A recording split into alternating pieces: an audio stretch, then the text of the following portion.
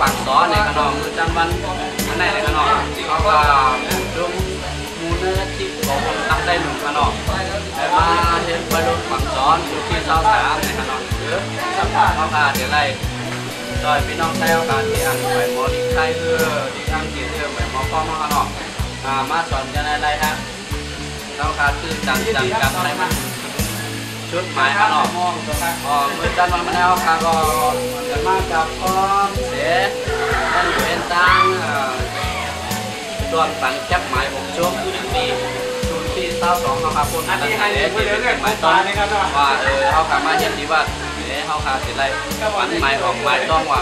เขาขายำเทียนมากกันในไหนเสียเขาทำมาได้เขาขาเดี๋ยวนี้ปันแคบหมายผมช่วงเนี่ยขนมเราเป็นบ้านดาวขนมเขาก็พี่น้องจุ่มโตทางได้หนุ่มเขาก็อย่างมา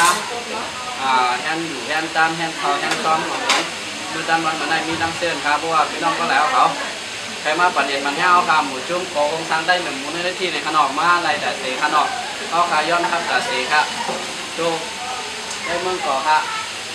สอนดีไทยดีใจอังกฤษภาษาอังกฤษอังกฤษฟังกิจกับเป็นเนื้อแล้วว่าข้อมาหน่อยอันนี้ใครเรียนพูดจะได้ก็จะมาหาหน่อยครับมันได้ก็มีตั้งใจครับช่วงหาใหม่ตรงครับ